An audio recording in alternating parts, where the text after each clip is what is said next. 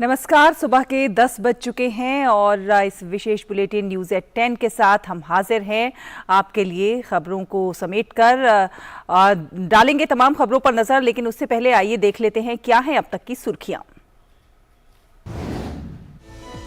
संसद का बजट सत्र जारी, दोनों सदनों में राष्ट्रपति के अभिभाषण पर चर्चा प्रस्तावित। लोकसभा में केंद्रीय मंत्री विभिन्न पत्रों को रखेंगे सदन के पटल पर। विपक्ष के हंगामे के कारण संसद की कार्यवाही लगातार हो रही है बाधित।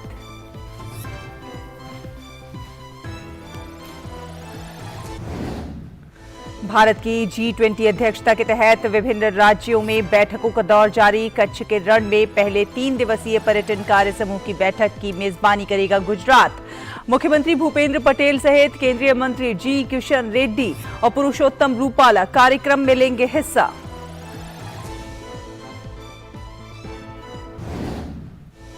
गुवाहाटी में जारी Y20 बैठक का आज दूसरा दिन। केंद्रीय मंत्री अनुराग सिंह ठाकुर Y20 प्रतिनिधियों के साथ पैनल चर्चा में लेंगे भाग।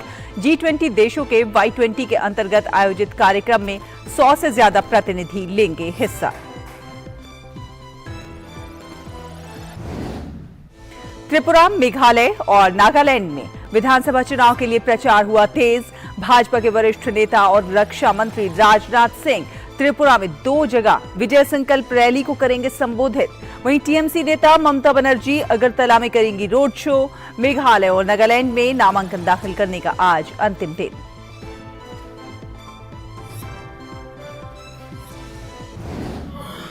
मध्य तुर्की और उत्तर पश्चिम सीरिया में कल तेज भूकंप के बाद युद्ध स्तर पर राहत और बचाव कार्य जारी। मध्य तुर्की और उत्तर पश्चिम सीरिया में मृतकों की संख्या बढ़कर 4000 के पार। तुर्की में 7 दिन का राष्ट्रीय शोक घोषित।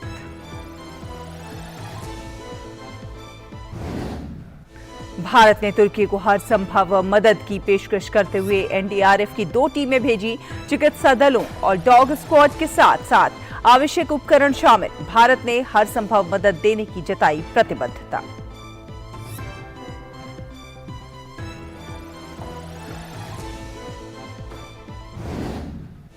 प्राकृतिक आपदा से जूझ रहे तुर्की और सीरिया की मदद के लिए विश्व हुआ एकजुट। America, Britain, Iran, Iraq, Germany, Greece ने मदद के लिए बढ़ाया हाथ। आवश्यक सामग्री भेजने का सिलसिला जारी।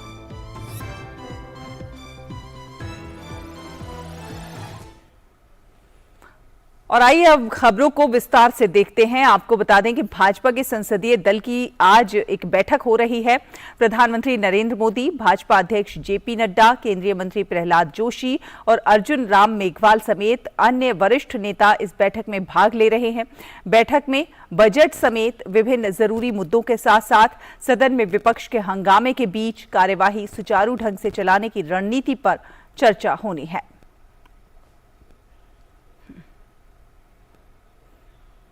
शैलेंद्र मिश्र हमारे सहयोगी इस खबर पर और ज्यादा जानकारी के साथ हमारे साथ जुड़ गए हैं। शैलेंद्र, बेहद महत्वपूर्ण है ये बैठक क्योंकि हम देख रहे हैं कि बजट सत्र की कार्यवाही का 6वां दिन है और बीते जो दिन रहे हैं वो कुछ खास नहीं रहे क्योंकि विपक्ष जिस तरह से हंगामा करता रहा, कोई जो संसदीय कार्य है वो सुचारू रूप से नहीं चल सका।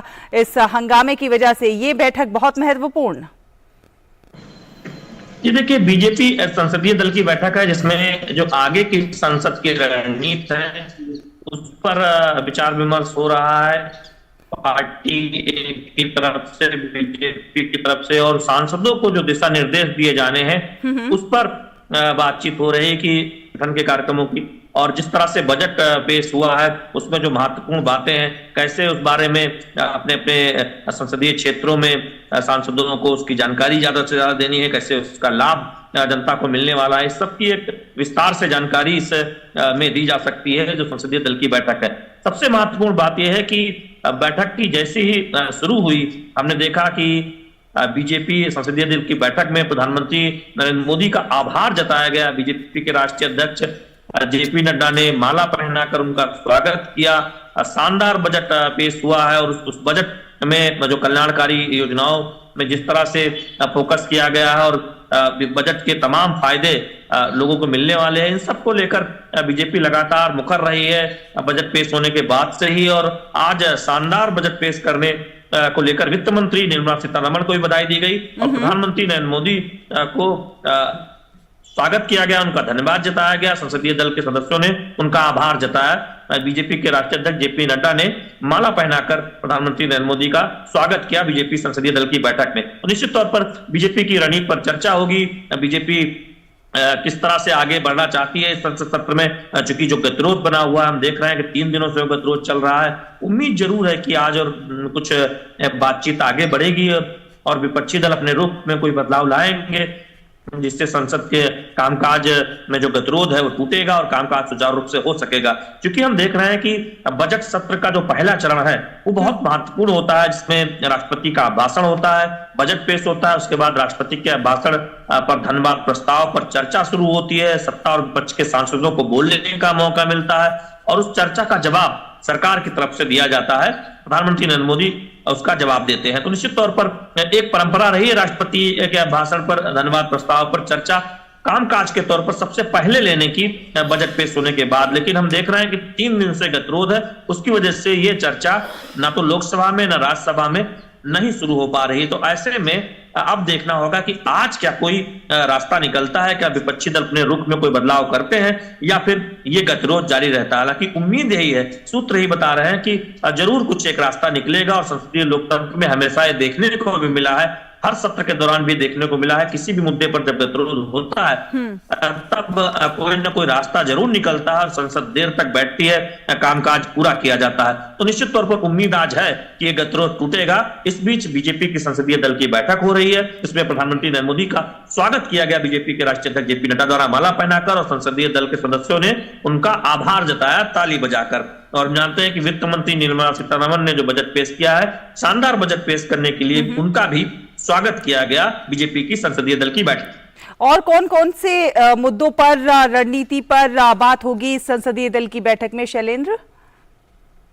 देखिए, संसदीय दल की बैठक में प्रमुख तौर पर पार्टी अपने एजेंडे को सामने रखती है, सांसदों को जिम्मेदारी देती है और संसद सत्र के दौरान जो आगे की रणनीति है उस बारे में बताया जाता है, साझा किया जाता है। कई बार प्रमुख मुद्दों पर ब्रीफिंग होती है, कुछ जटिल मुद्दों पर या फिर बजट है उसके क्या प्रावधान है, कैसे जनता के बीच ले जाना है, उसकी जानकारी औपचारिक तौर पर दी जाती है। कई बार हमने देखा है कि विदेश मंत्री प्रेजेंटेशन देते हैं अहम मुद्दों पर, अहम मामलों पर, कई अन्य मंत्री प्रेजेंटेशन देते हैं सांसदों को कैसे अपनी बात रखनी है महत्वपूर्ण मुद्दों पर। और संसद सत्र के दौरान रणनीति पर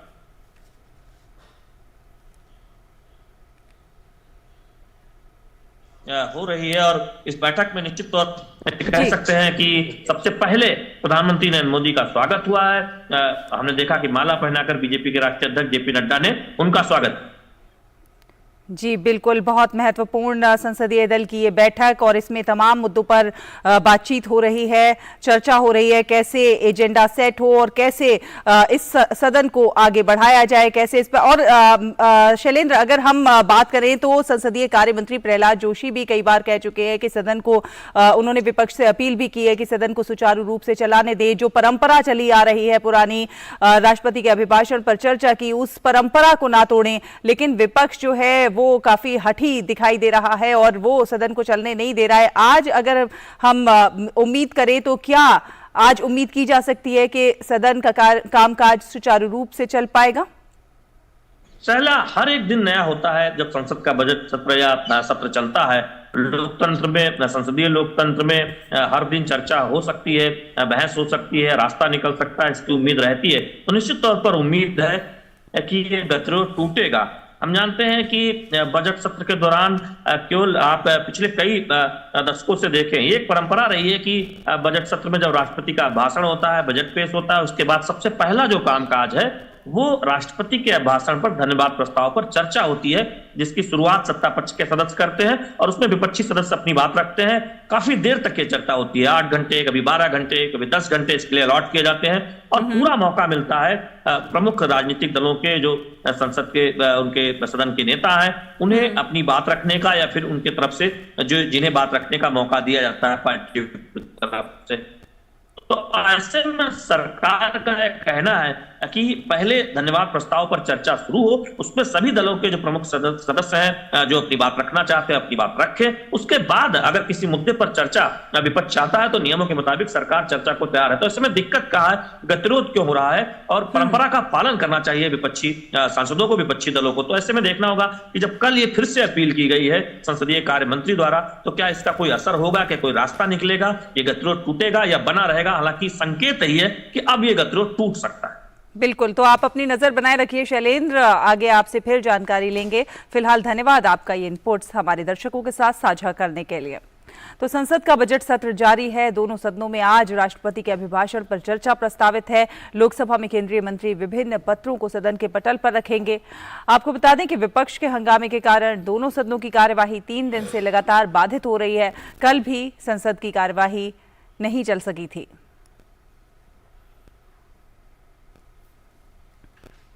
और G20 के हिस्से के रूप में पर्यटन कार्य समूह की पहली बैठक आज कच्छ के धोर्डो में शुरू होगी।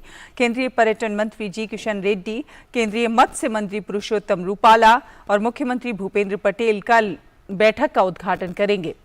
बैठक में G20 देशों, आमंत्रित देशों और अंतर्राष्ट्रीय संगठनों के प्रतिनिधियों सहित लगभग 100 प्रतिनिधि हिस्सा लेंगे और ये प्रतिनिधि पर्यटन से संबंधित विभिन्न प्रमुख मुद्दों पर विचार विमर्श करेंगे। बैठक में हरित पर्यटन, डिजिटलीकरण, कौशल पर्यटन, MSME और गंतव्य प्रबंधन जैसे 5 प्राथमिकता वाले मुद्दों पर ध्यान केंद्रित किया जाएगा। पर्यटन कार्य समूह की 4 बैठकें होंगी जो देश के विभिन्न स्थानों पर G20 के हिस्से के रूप में आयोजित की जाएंगी। और भारत की G20 की अध्यक्षता में गुवाहाटी में पहली यूथ 20 की बैठक का आज दूसरा दिन है।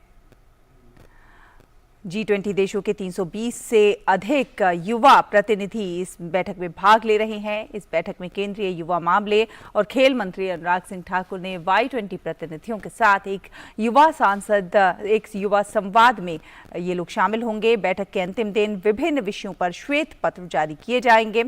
इस मौके पर असम के मुख्यमंत्री हिमंत बिस्वा शर्मा असम के छात्रों और शिक्षाविदों के शोध पत्र भी प्रस्तुत करेंगे। दुनिया के नक्शे पर भारत तेजी से उभर रहा है, ये कहना है बॉलीवुड के मशहूर गायक पापुन का। भारत इस वर्ष G20 की अध्यक्षता कर रहा है। इसके तहत गुवाहाटी में जारी युवा 20 में दुनिया भर से आए युवाओं को पापुन ने मंत्रमुग्ध कर दिया। हमारे सहयोगी विशाल बैरस्टो ने पापुन से ब्रह्मपुत्र के सैंडबार आइलैंड पर खास बातचीत की। Y20 असम और मैं हूं सैंडबार आइलैंड पर और मेरे साथ है असम की आवाज पापुन। पापुन ने एक जबरदस्त परफॉर्मेंस के साथ सबका दिल जीत लिया है। पापुन, असम की आवाज और युवा पूरी तरह से झूम रहे थे, कैसा लग रहा था आपको एक चांदनी रात और सैंडबार आइलैंड? बहुत ही अच्छा लग रहा था। ये माहौल जो हुआ है यहाँ, आई थिंक ये मैं बहुत घुमा हूँ, घुमक्कर है मेरा नाम, देश विदेश घूमता रहता हूँ। ऐसा नदी शायद दुनिया में ही कम है जहाँ इस तरह के जो वाइट रिवर बीच, आपने भी देखा ऐसा रिवर बीच नहीं देखा आपने, ऐसा वाइट सैंड्स इतना वाइड एरिया में। तो I am glad that finally we have made a place like this where the world can come and सबको आके देख सकते हैं कि है क्या ब्रह्मपुत्र, क्या है वैली ऑफ ब्रह्मपुत्र, क्या है यहाँ ब्रह्मपुत्र के तट में कौन रहते हैं, कितने अलग भिन्न कल्चर्स हैं। तो आई थिंक ये बहुत ही अच्छा हुआ है जो इस बार हुआ है Y20 के तहत या G20 के तहत।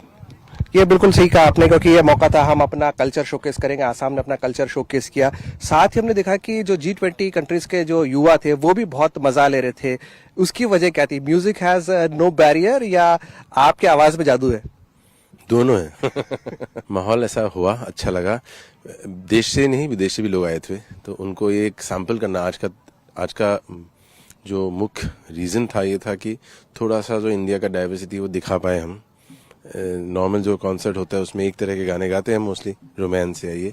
आज अलग अलग सभ्यता के या संस्कृति के एक झलक दिखाया गया। एक्चुअली मैंने जितना कोशिश किया एंड अच्छा लगा कि सब झूमे, अपने यहाँ के लोग, राज्य के लोग, देश के लोग, विदेश के लोग। तो बहुत अच्छा लगा। आसाम की आवाज आप हैं और भारत जो है वो ग्लोबल साउथ की आवाज बनता जा रहा है। प्रधानमंत्री नरेंद्र मोदी के नेतृत्व में अब भारत जो है वर्ल्ड स्टेज पे आ गया है। आपने इतने देशों के युवाओं के सामने आज गाना गाया, एक युवा होने के नाते आपको कितना गर्व देता है ये? बहुत ही ज़्यादा। हमें सबको पता है कि भारत की सभ्यता जो है मतलब बहुत ही पुरानी है। हमारा जो बिलीफ सिस्टम है वो बहुत पुराना है।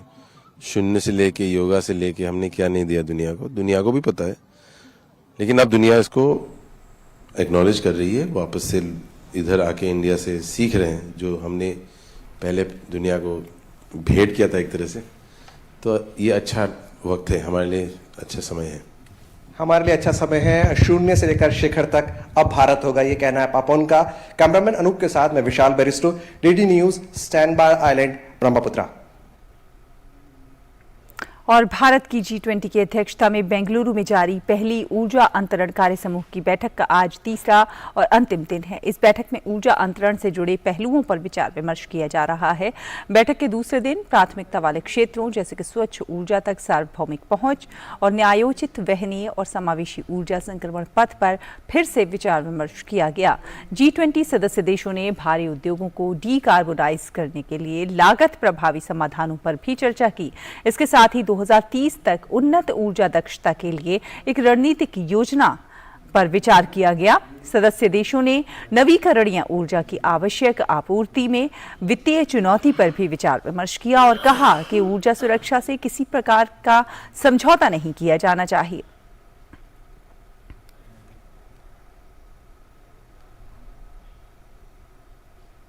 और बात चुनावों की करें तो त्रिपुरा, मेघालय और नागालैंड में विधानसभा चुनाव के लिए प्रचार तेज हो गया है। सभी राजनीतिक दलों के नेता मतदाताओं को लुभाने में अपनी पूरी ताकत झोंक रहे हैं। भाजपा के वरिष्ठ नेता और रक्षा मंत्री राजनाथ सिंह त्रिपुरा में 2 जगह विजय संकल्प रैली को आज संबोधित करेंगे।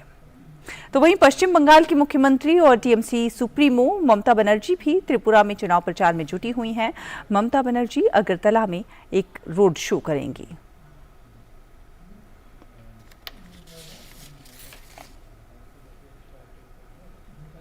और हमारे सहयोगी कुमार आलोक हमारे साथ जुड़ गए हैं इस पर और ज्यादा जानकारी के साथ। कुमार आलोक, अब जो है मुकाबला तेज होता जा रहा है। त्रिपुरा विधानसभा चुनाव की ये जो लड़ाई है और ज्यादा दिलचस्प होती जा रही है जैसे जैसे चुनाव के दिन नजदीक आ रहे हैं। आज भी कई महत्वपूर्ण रैलियां होने वाली हैं। जी, आज का दिन निश्चित रूप से काफ़ी सरगर्मी भरा हुआ होगा, क्योंकि हम अगर देखें कि तो भारतीय जनता पार्टी की ओर से जो यूपी के मुख्यमंत्री हैं आदित्यनाथ योगी, वो यहाँ पर आ रहे हैं। कई जनसभाओं को वो संबोधित करेंगे। इसके अलावा रक्षा मंत्री राजनाथ सिंह का भी दौरा है, 2 जगह उनकी चुनावी सभा है। इसके अलावा असम की जो मुख्यमंत्री है हेमंत बिश्व शर्मा, उनकी भी कई जनसभाएं हैं। इसके अलावा लीडर ऑफ अपोजिशन जो बंगाल के हैं शुभेंदु अधिकारी, उनकी भी जनसभाएं यहाँ पर हैं। इसके अलावा अगर हम अपोजिशन की अगर बात करें तो ममता बनर्जी कल ही से यहाँ पर आई हुई हैं और उनकी पार्टी भी यहाँ पर 38 सीटों पर चुनाव लड़ रही है। तो वो कल आए हैं, उन्होंने त्रिपुरी देवी मंदिर का उन्होंने दर्शन किया और उसके बाद जनसभाओं को संबोधित करने के अलावा उन्होंने उनका रोड शो भी है आज अगरतला में। इसके अलावा सुप्रिया श्रीनेत है, उनकी जो प्रेस कॉन्फ्रेंस है, कांग्रेस की जो राष्ट्रीय प्रवक्ता हैं। तो आज का ये जो दिन है वो काफी सरगर्मी भरा है। अब देखना है कि जैसे चुनाव की तिथि नजदीक आती जा रही है, राजनीतिक दलों के जो नेता हैं, चाहे वो पक्ष के हों या विपक्ष के हों, यहाँ पर अपनी पूरी ताकत लगा रहे हैं। कल अगर हम बात करें तो कल अमित शाह जो गृह मंत्री है देश के, उनकी 2 जनसभाएं थी और दोनों जनसभाएं में काफी संख्या में लोग वहां उनको सुनने के लिए आए, उनके समर्थन के लिए आए और उन्होंने साफ कहा कि जो लेफ्ट और कांग्रेस का जो गठबंधन है वो नापाक है, क्योंकि लेफ्ट और कांग्रेस हमेशा से एक दूसरे के प्रतिद्वंदी रहे हैं अगर इतिहास हम देखें त्रिपुरा का। और आज वो भाजपा को हराने के लिए या भाजपा को पीछे करने के लिए लेफ्ट और कांग्रेस ने जो समझौता किया है वो अनैतिक है। और दूसरा जो उन्होंने टिप्रा मोथा के बारे में बात की, जो नई पार्टी है, खासकर ट्राइबल क्षेत्र में उनका जनाधार है, ये साबित तब हुआ था जब पर्वतीय काउंसिल के चुनाव में 18 सीटें जीतकर सबको चौंका दिया था टिप्रा मोथा पार्टी ने। तो टिप्रा मोथा को भी उन्होंने कहा कि वो भी अंडर टेबल यानी कि पर्दे के पीछे से वो भी लेफ्ट और कांग्रेस के साथ है। और भाजपा अकेली चुनाव लड़ रही है, हालांकि उनके साथ उनके जो गठबंधन के सदस्य हैं आईपीटीएफ, वो मिलकर चुनाव लड़ रहे हैं। 5 सीटों पर आईपीटीएफ चुनाव लड़ रही है, बाकी की 55 सीटों पर बीजेपी यहां पर चुनाव लड़ रही है।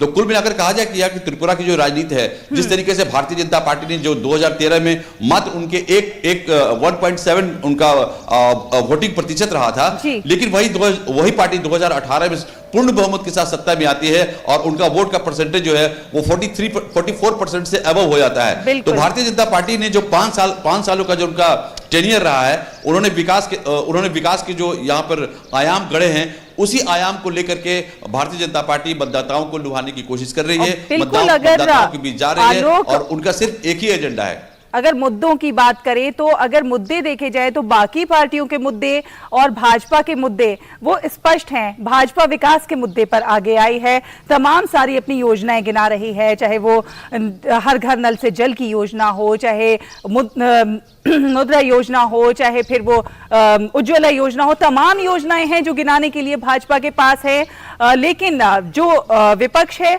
उनके पास ज्यादा मुद्दे नहीं है। जमीनी हकीकत तो यही कहती है।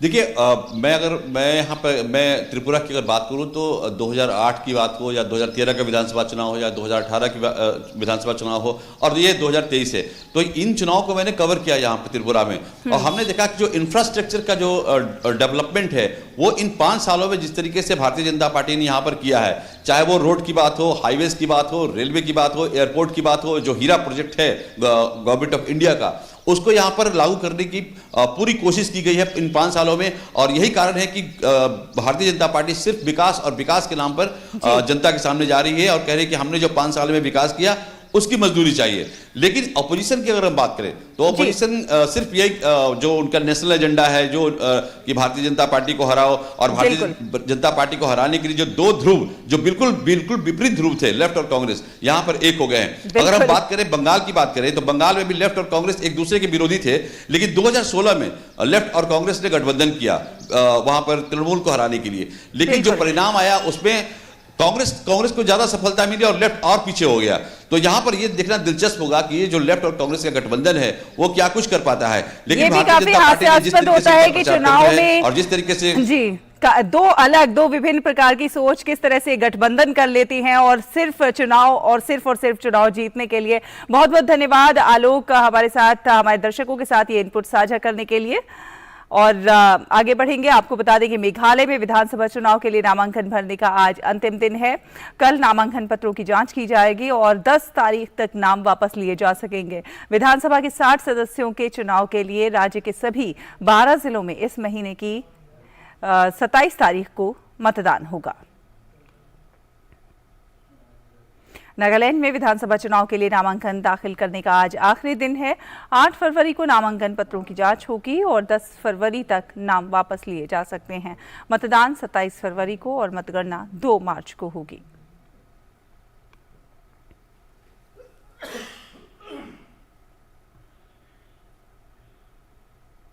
रुकेंगे एक छोटे से ब्रेक के लिए। ब्रेक के उस पार कुछ और खबरें हैं, आप देखते रहिए डीडी न्यूज। हमारा डेजर्ट आ गया पर हमारी चैंपियन नहीं आई अब तक। बिल भरने के पहले तो आएगी ना। So girls, क्या हो रहा है? बिल हो रहा है। चल अपना कार्ड दे। पिन दे। RBI कहता है अपना पिन, OTP, CVV या इंटरनेट बैंकिंग पासवर्ड किसी को ना दे। ऑनलाइन बैंकिंग सिर्फ अपने ही कंप्यूटर, मोबाइल और सिक्योर नेटवर्क से करे। हाँ, ये खाने की चैंपियनशिप थी क्या?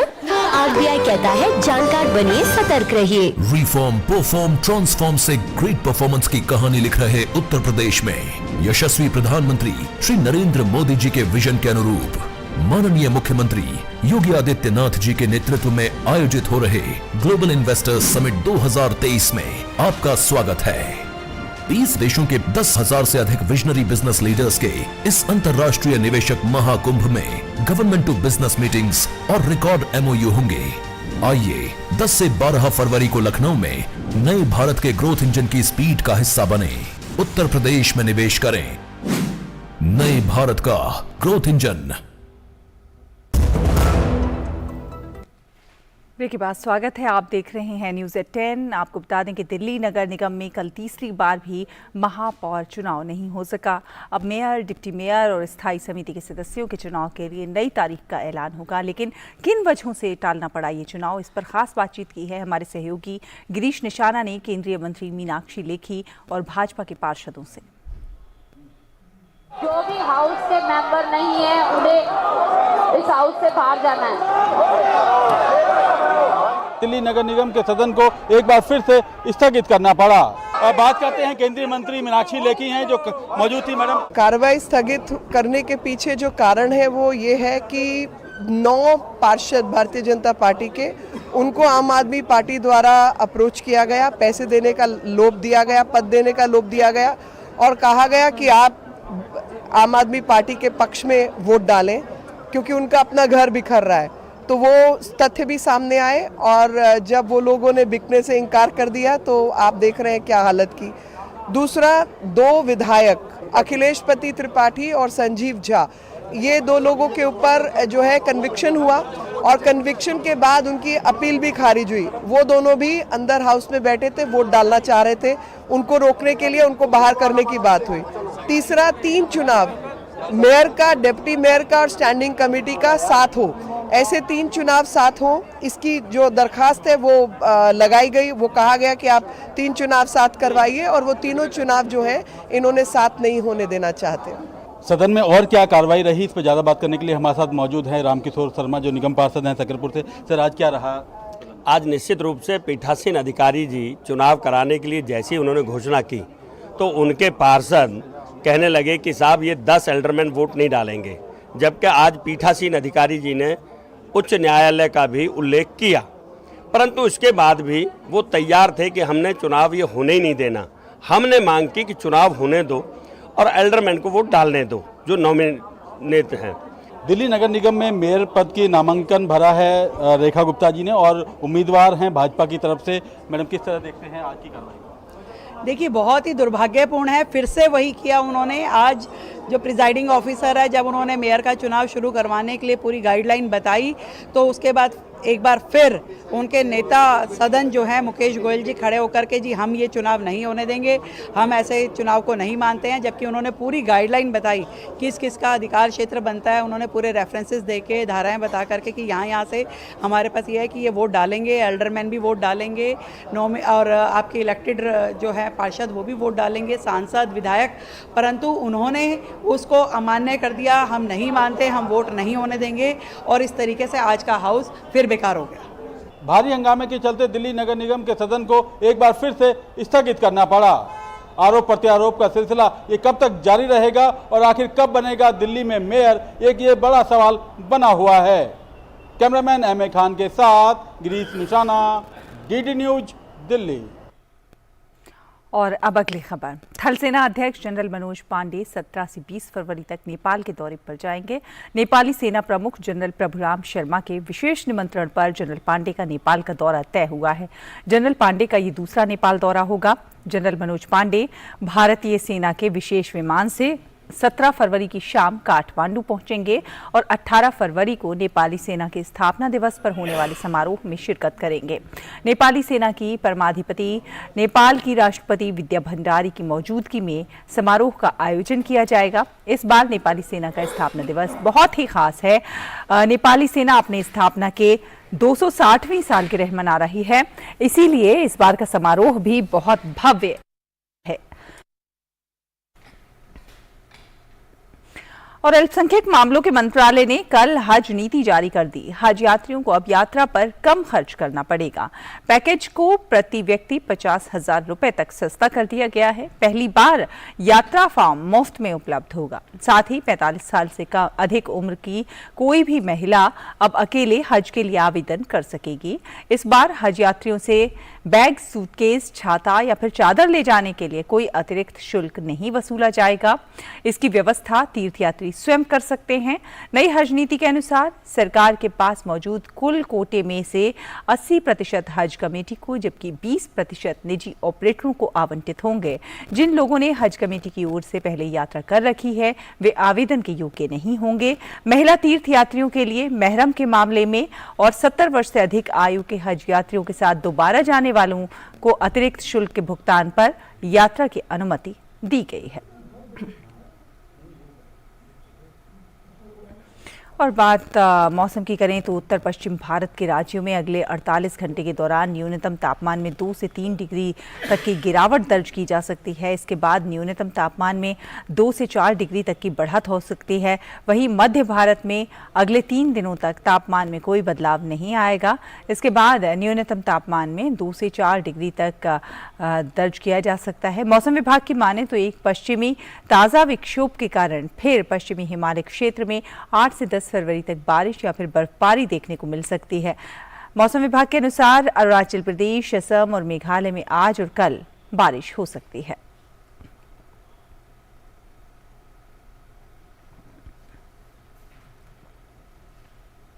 तुर्की और सीरिया में भीषण भूकंप से 3700 से ज्यादा लोगों की मौत हो चुकी है। इस मुश्किल घड़ी में भारत ने तुर्की को हर संभव मदद की पेशकश की है। राहत और बचाव कार्य के लिए भारत सरकार ने एनडीआरएफ की 2 टीमों को भेज दिया है, जिसमें एनडीआरएफ के 100 जवान शामिल हैं और साथ ही साथ विशेष रूप से प्रशिक्षित डॉग स्क्वाड और राहत और बचाव कार्य में आने वाले आवश्यक उपकरणों को भेजा है। इसके अलावा प्रशिक्षित डॉक्टरों और पैरामेडिकल स्टाफ की मेडिकल टीम के अलावा आवश्यक दवाओं को भेजने की तैयारी की जा रही है। इन सहायता सामग्री को तुर्की सरकार और अंकारा स्थित भारतीय दूतावास और इस्तांबुल स्थित कॉन्सुलेट जनरल कार्यालय के समन्वय से भेजा जा रहा है। तुर्की में आए विनाशकारी भूकंप के बाद भारत सरकार ने तुरंत मदद का हाथ आगे बढ़ाया है। प्रधानमंत्री नरेंद्र मोदी के निर्देश पर एनडीआरएफ की जो टीम है वो तुर्की जा रही है। आपको दिखा दें कि तमाम तरह के जो उपकरण हैं उनको लेकर एनडीआरएफ की जो टीम है वो तुर्की रवाना हो रही है और एनडीआरएफ के पास वो सभी उपकरण हैं जो आपदा की इस घड़ी में रेस्क्यू करने में प्रयोग किए जाते हैं। चाहे जो बिल्डिंग कोलैप्स हुई हैं उनके नीचे लोग दबे हों, उनको ढूंढने की बात हो। इसके अलावा जो डॉग स्क्वाड है उसकी भी अगर आप देखें तो उसकी भी जो टीम है वो तुर्की रवाना हो रही है ताकि वहाँ पर ज़मीन के अंदर या बिल्डिंग के अंदर जो दबी हुई जिंदगियां हैं उनको बचाया जा सके। इसके साथ साथ ही मेडिकल के तमाम जो उपकरण हैं वो भी पहुंचाए जा रहे हैं। राहत की तमाम जो सामग्रियां हैं वो पहुंचाई जा रही हैं। डॉक्टरों की एक टीम खुद वहां पर पहुंच रही है जिसमें तमाम जो स्टाफ है वो मौजूद होगा।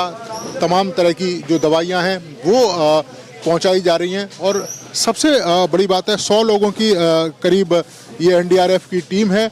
और एनडीआरएफ की टीम की खासियत ये है कि इससे पहले एनडीआरएफ ने कई जगह पर इस तरह के जो रेस्क्यू ऑपरेशन हैं वो किए हैं और ख़ासतौर से कई सारे जो इलाके हैं जहां पर एनडीआरएफ पहुंची है और वहां से उन्होंने कई लोगों की जो जिंदगियां हैं उनको बचाया है। इससे पहले भी हमने नेपाल में एनडीआरएफ का ऑपरेशन देखा था और वहाँ पर भी बड़ी संख्या में एनडीआरएफ के लोगों ने जो जिंदगियां हैं उनको बचाया था और उसी के तहत ये एनडीआरएफ की टीम तुर्की रवाना हो रही है ताकि इस आपदा की घड़ी में तुर्की के साथ मिलकर काम कर सके और तमाम जिंदगियों को बचाया जा सके।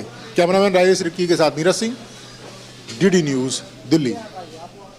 और तुर्की को भेजे जाने वाली मदद के सिलसिले में एनडीआरएफ के डिप्टी कमांडेंट दीपक तलवार से बातचीत की है हमारे सहयोगी नीरज सिंह ने।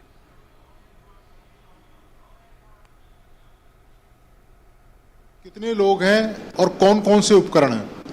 देखिए, सर्च एंड रेस्क्यू में जो भी उपकरण लगते हैं, हमारे स्टैंडर्डाइज इक्विपमेंट्स जो हैं वो सारे के सारे हम साथ में लेके जा रहे हैं। इसमें कटिंग टूल्स भी होते हैं, ब्रीचिंग टूल्स भी होते हैं एंड उसके साथ साथ जो भी स्पेशलिस्ट टूल्स होते हैं वो सारे हम अपनी इन्वेंट्री के लेके जा रहे हैं। इसके अलावा जहाँ तक टीम कंपोजिशन की बात है, 47 की टीम होती है। Apart from that 3 other senior officers भी इसके साथ मूव कर रहे हैं।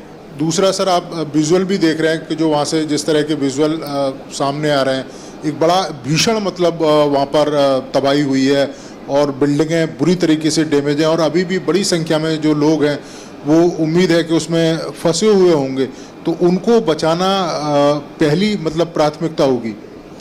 निश्चित तौर पे वहाँ पहुँचने के बाद पहली प्राथमिकता जो भी हमें कार्रवाई वहाँ करने के लिए बोला जाएगा उसमें पहली प्राथमिकता सर्च एंड रेस्क्यू ऑपरेशन ही है और सर्च एंड रेस्क्यू ऑपरेशन का मूल मकसद ही यही है कि यदि कोई फंसा हुआ है तो अपने बेस्ट एफर्ट्स करके उसको वहाँ से निकाल सकें।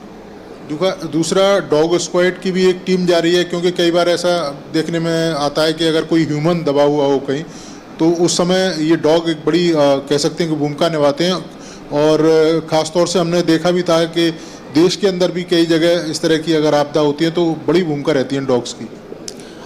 निश्चित तौर पे डॉग्स की जहाँ तक बात है सर्च कंपोनेंट के तौर पे ही डॉग्स इसमें साथ में जाते हैं और यदि रबल्स के बीच में कोई दबा हुआ है तो डॉग इसका इंडिकेशन साइन लैंग्वेज के द्वारा हमको दे देते हैं तो उससे हमें ऑपरेशंस में काफ़ी मदद मिलती है। तो ये थे हमारे साथ एनडीआरएफ के डिप्टी कमांडेंट जो खुद तुर्की जा रहे हैं और बता रहे हैं कि किस तरह से तमाम उपकरणों को लेकर जो एनडीआरएफ की टीम है वो तुर्की जा रही है और पूरा फोकस इस बात पर रहेगा कि जो लोग अभी भी फंसे हुए हैं उनको जल्द से जल्द निकाल लिया जाए। कैमरामैन राजेश रिक्की के साथ Neeraj Singh, DD news, Delhi.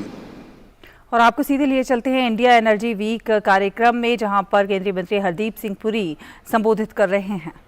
In a sustainable manner towards green and clean energy solutions, whether they come from biofuels, whether they come from green hydrogen, or they come from any new innovations that come on the table, we have to make sure that our transition entails surviving the present in a manner which makes those who are the most affected, who are the most vulnerable, to ensure that they are cushioned from the volatility that turbulence globally can cause them.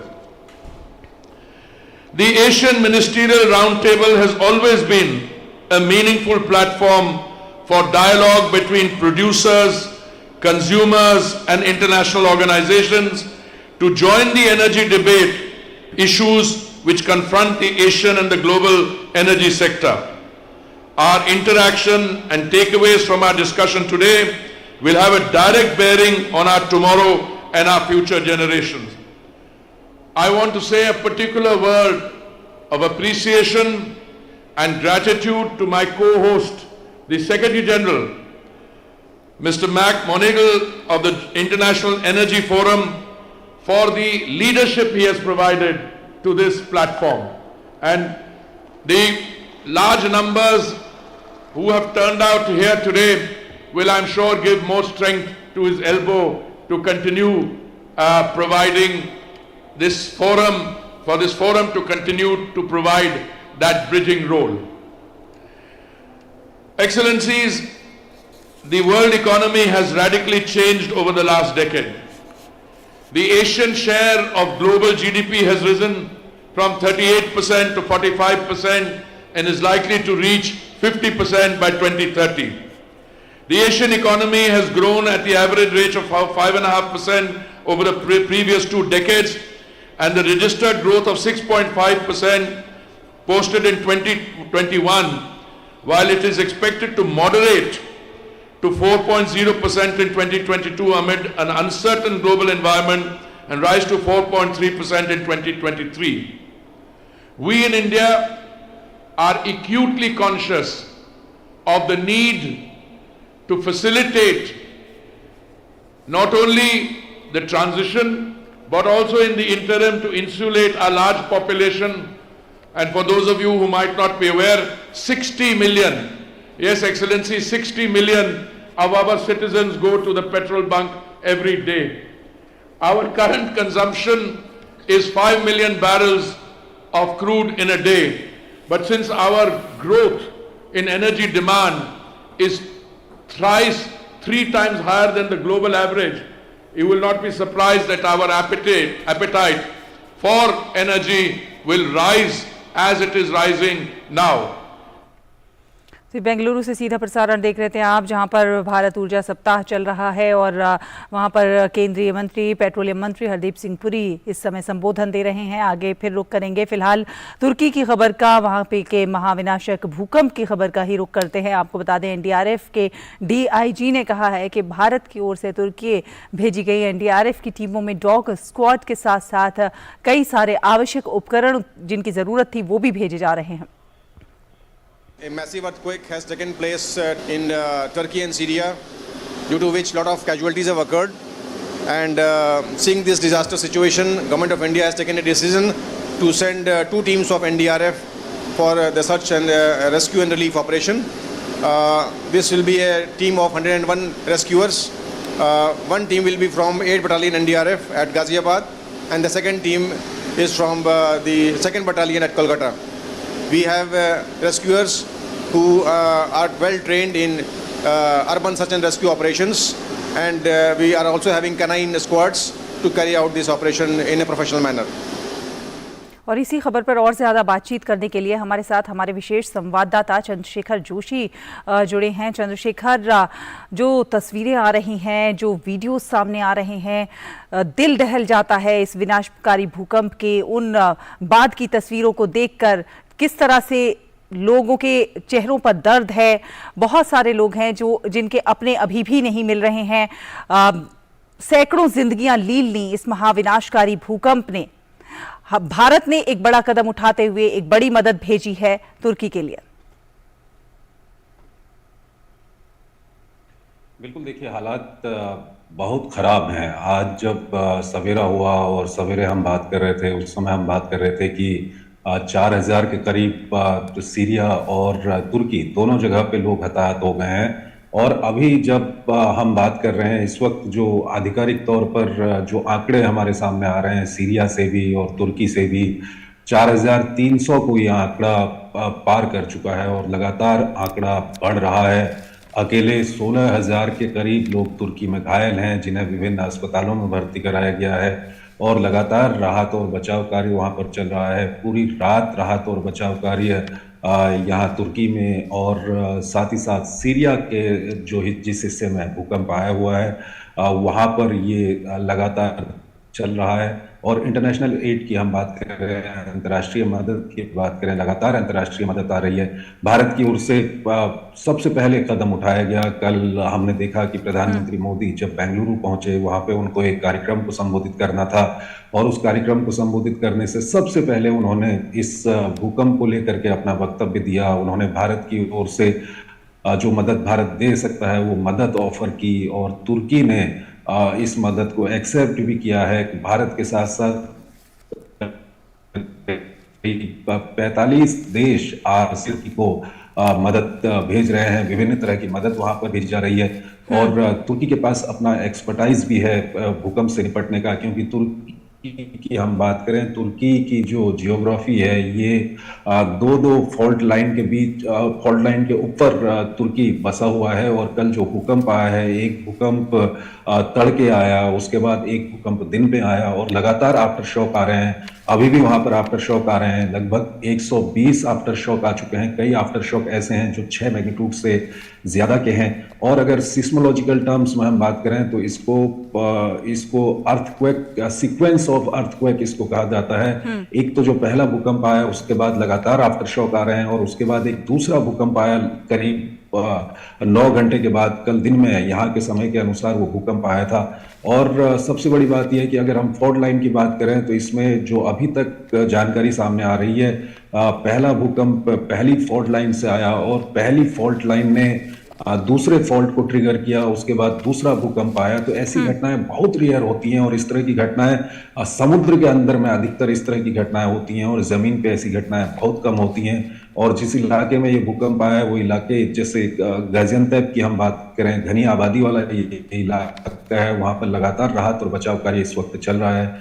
Syria की हम बात करें तो Syria में जो सरकार के कब्जे वाला इलाका है वहां से तो खबर भी आ रही है, लेकिन वहां पर एक इलाका ऐसा है जो विद्रोहियों के कब्जे वाला इलाका है। वहां पर एक व्हाइट हेलमेट करके एक ऑर्गेनाइजेशन वहां पर काम करता है, सिर्फ वो अभी वहां पर रेस्क्यू ऑपरेशन चला रहा है और विभिन्न देशों की ओर से इन सब इलाकों में राहत पहुंचाने की पूरी कोशिश की जा रही है। तो हालात काफी खराब अभी बने हुए हैं, लगातार बिल्कुल हालात बढ़ते काफी जा रहा है। खराब खुद बने तुर्की हुए के हैं जो राष्ट्रपति हैं एर्दोआन जी, और तमाम देश, तमाम जो संस्थाएं हैं वो मदद के हाथ आगे बढ़ा रही हैं और तुर्की के इस विनाशकारी भूकंप से निपटने में जो भी मदद हो सकती है वो कर रही हैं। आपको बता दें कि विनाशकारी भूकंप से मध्य तुर्की और उत्तर पश्चिम सीरिया में भारी तबाही हुई है। कल रिक्टर स्केल पर 7.8, 7.6 और 6.0 तीव्रता के दर्ज किए गए झटकों से और भी कई देशों की धरती हिल गई। इन झटकों से अकेले तुर्की और सीरिया में अब तक 4000 से ज़्यादा लोग मौत की नींद में चले गए। इनके शव निकाल लिए गए हैं। पिछले 24 घंटे से युद्ध स्तर पर राहत और बचाव जारी है। भारत ने तुर्की को मानवीय और चिकित्सा सहायता भेजी है। मृतकों का आंकड़ा लगातार बढ़ रहा है। हालांकि कड़ाके की ठंड और बर्फबारी की वजह से राहत और बचाव कार्य में बाधा आ रही है। तुर्की में 2316 और सीरिया में 1999 से अधिक लोग मारे गए हैं। भूकंप से हजारों इमारतें जमींदोज हो गई हैं। तुर्की में वर्ष 1939 में 7.8 की तीव्रता का भूकंप आया था। इसमें 32,000 से ज़्यादा लोग मारे गए थे। इस भयानक प्राकृतिक आपदा आने के बाद तुर्की में 7 दिन के राष्ट्रीय शोक की घोषणा की गई है। सीरिया ने अंतर्राष्ट्रीय समुदाय से सहायता की अपील की है। तुर्की में भीषण तबाही के बीच एक बार फिर भूकंप के झटके महसूस किए गए। आज सुबह आए झटकों की तीव्रता रिक्टर स्केल पर 5.9 मापी गई।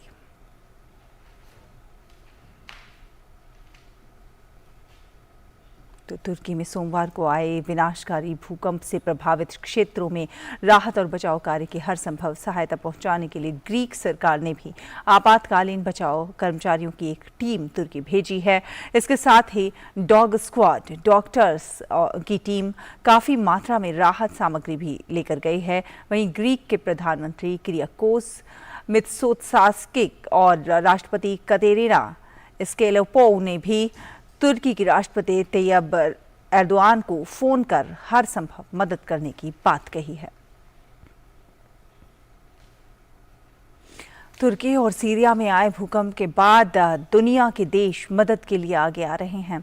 अमेरिकी विदेश मंत्री एंटनी ब्लिंकन ने तुर्की के विदेश मंत्री मेवलुत कावुसोग्लू से फोन पर भूकंप के हुए नुकसान के बारे में बात की। विदेश विभाग के प्रवक्ता नेड प्राइस ने कहा कि अमेरिका तुर्की और सीरिया दोनों देशों को उपलब्ध संसाधन मुहैया करा रहा है। इस बीच अमेरिकी राष्ट्रपति जो बाइडेन ने तुर्की के राष्ट्रपति रजब तैयब एर्दोआन से बात की है। तुर्की को भूकंप के बाद विदेशों से मदद मिलनी शुरू हो गई है। जर्मनी ने अपने अंतर्राष्ट्रीय खोज एवं बचाव दल को तुर्की भेजा है। कोलोन से जर्मनी का बचाव दल तुर्की के गाजियान्टेप के लिए रवाना हुआ। ये बचाव दल तुर्की में राहत और बचाव के काम में लगी टीम को मदद करेगा। इस बचाव दल में 7 खोजी कुत्ते शामिल हैं जो कि तुर्की के अधिकारियों की मदद से काम में जुटेंगे।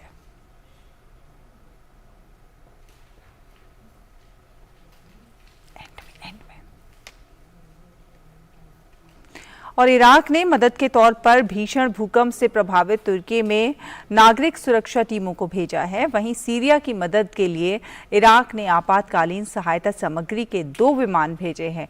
इराक के प्रधानमंत्री कार्यालय के एक अधिकारी ने बताया कि तुर्की को भेजे जाने वाली सहायता की ये शुरुआती खेप है और काफ़ी सारी खेप भेजी जाएगी। पाकिस्तान इन दिनों गंभीर आर्थिक संकट से जूझ रहा है। इसके बावजूद पाकिस्तान कश्मीर पर अपनी हरकतों से बाज नहीं आ रहा है। पाकिस्तान ने एक बार फिर संयुक्त राष्ट्र की आम सभा में कश्मीर का राग अलापा है, जिसके बाद भारत ने भी उसे करारा जवाब दिया है। संयुक्त राष्ट्र में भारत के प्रतिनिधि ने कहा कि पाकिस्तान के प्रतिनिधि चाहे जो भी कहें या माने, संपूर्ण केंद्र शासित प्रदेश जम्मू कश्मीर और लद्दाख भारत का अभिन्न अंग थे, हैं और रहेंगे। भारतीय प्रतिनिधि ने यह भी कहा कि हम पाकिस्तानी प्रतिनिधिमंडल से कुछ भी नए की उम्मीद नहीं करते हैं जो भारत की धर्मनिरपेक्ष साक्ष्य और मूल्यों के खिलाफ असुरक्षा और नफरत से भरा हुआ है, जो भारत का आधार है। और पेरू के दक्षिणी इलाके में आए भूस्खलन में कम से कम 15 लोगों की मौत हो गई है और कुछ लोग लापता बताए जा रहे हैं। सेचोजा इलाके में कई मकानों के धंसने के कारण सड़क पर मलबा जमा हो गया है। इस इलाके में भूस्खलन के कारण 1000 से ज्यादा लोग प्रभावित हुए हैं। पेरू की राष्ट्रीय आपातकालीन संचालन केंद्र ने लीमा, अरेquipa, कस्को और अयाजको सहित 14 प्रांतों स्थित 268 इलाकों के लिए भूस्खलन और बाढ़ का अलर्ट जारी किया है।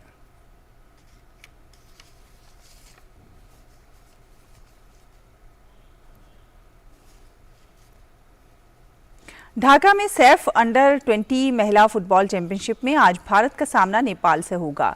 इससे पहले भारत ने अपने शुरुआती मैच में भूटान को 12 गोल से हराया था। सभी मैच ढाका के वीर श्रेष्ठ शहीद सिपाही मुस्तफा कमाल स्टेडियम में खेले जा रहे हैं।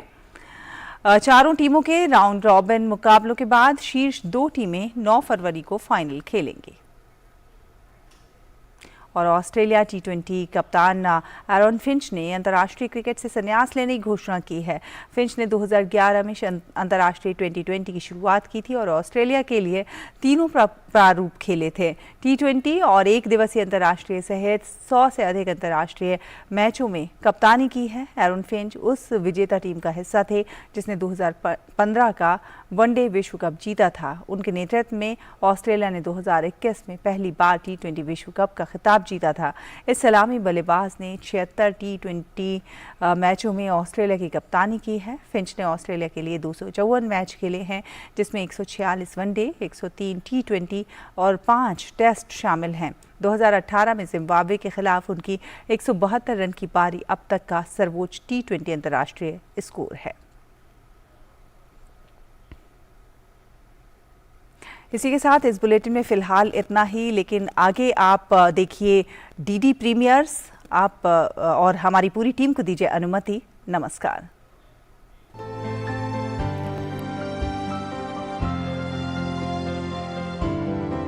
नमस्कार, आप देख रहे हैं डीडी प्रीमियर्स और आपके साथ मैं हूं शहला निगार। अपने इस खास प्रोग्राम में हम बात करते हैं दूरदर्शन के विभिन्न नेटवर्क्स पर प्रसारित होने वाले शानदार धारावाहिकों की। तो चलिए सबसे पहले बात करेंगे धारावाहिक कॉर्पोरेट सरपंच की। इस धारावाहिक में आज आपको देखने को मिलेगा कि सरपंच और इंद्रेश आवास योजना में एक नई जाल बिछा रहे हैं।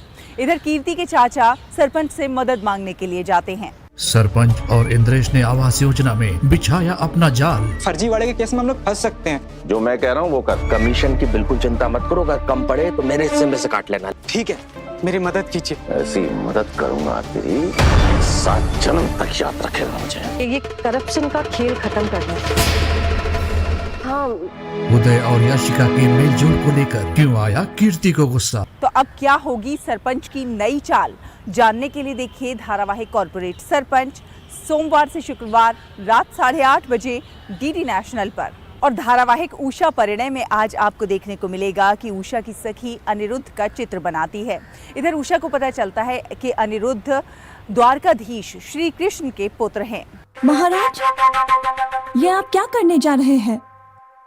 विजय ध्वज को ध्वस्त करके अपने ही अंत को आमंत्रित करने जा रहे हैं। यही है वो राजकुमार। तुम जानती हो सखी? मैं तो नहीं जानती सखी, पर पिताश्री से पूछकर अवश्य बता सकती हूँ। राता अनिरुद्ध, क्या हुआ? तलवारबाजी का अभ्यास क्यों छोड़ दिया?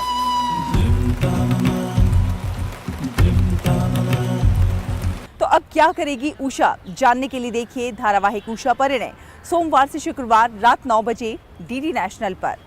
और धारावाहिक लाल रेखा में आज आप देखेंगे कि लाल के पिता के पुराने दोस्त योगेश, जो कि ब्रिटिश सरकार में जेलर के पद पर कार्यरत हैं, उनसे मिलने घर आते हैं और लाल और अंजलि की शादी की बात करते हैं। यार वो स्पेशल सेल वो जो न्यूज में आया था, अरे अब तो तू सुपरिंटेंडेंट हो गया।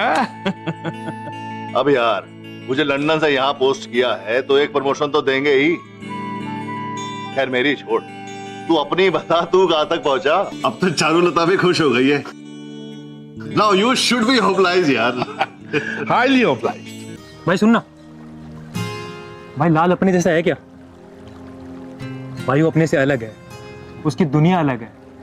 वो उस प्रकृति के गोद में बैठकर इस प्रकृति से, इन वादियों से, पहाड़ों से घंटों बातें कर सकता है। तो अब आगे क्या होगा जानने के लिए देखिए धारावाहिक लाल रेखा सोमवार से शुक्रवार रात 9:30 बजे डीडी नेशनल पर। तो दूरदर्शन के विभिन्न नेटवर्क्स पर प्रसारित होने वाले इन शानदार धारावाहिकों का आप उठाते रहिए आनंद।